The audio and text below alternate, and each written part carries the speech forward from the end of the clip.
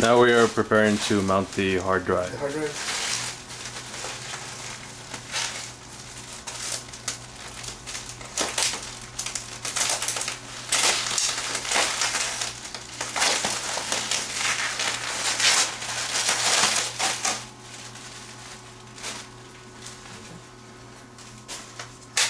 Seems like it's harder to unwrap it than to install it.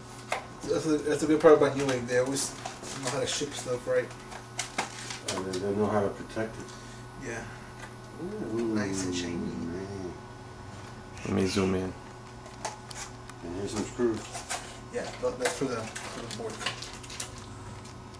The CD-ROMs didn't come with screws, right? What? Hmm? The CD-ROM drive didn't come with the screws to screw them in? The screws to screw in No. No. No. No. Where'd those screws come from? The ones that you used? They were the ones from the case itself. Oh, it doesn't matter. It still works. Okay. If you pull them out of here, the DVD. What I'm doing now is, why did these get stuck here? They're trapped in their car. Yeah, they got trapped in here. There's one. It doesn't break. That's why they don't make it pull down. Okay. These on the bottom. Now, what I like to do is I like to put the hard drive by where the fan is, that way you can get a little bit of air. Yeah. So I'm gonna go ahead and fit it into one of these slots. Preferably away from the memory and from the side of ports. Put it here.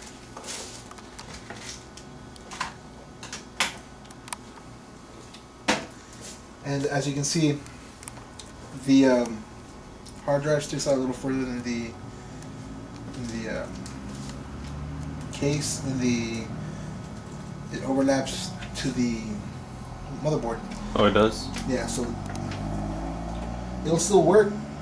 That's the reason why I wanted to mock everything up first. That way, once we start connecting everything, all the wires, we know exactly how much space we have for the SATA ports, for the power, for everything else. So we're not cluttered at the very end, just trying to fit in a CD-ROM drive, or trying to fit in the hard drive.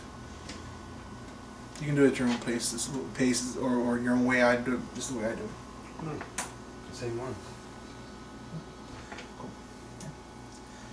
Alright, so I'm gonna go ahead and Just gonna go ahead and continue mounting the hard drive, and we'll be back. Alright, Frankie.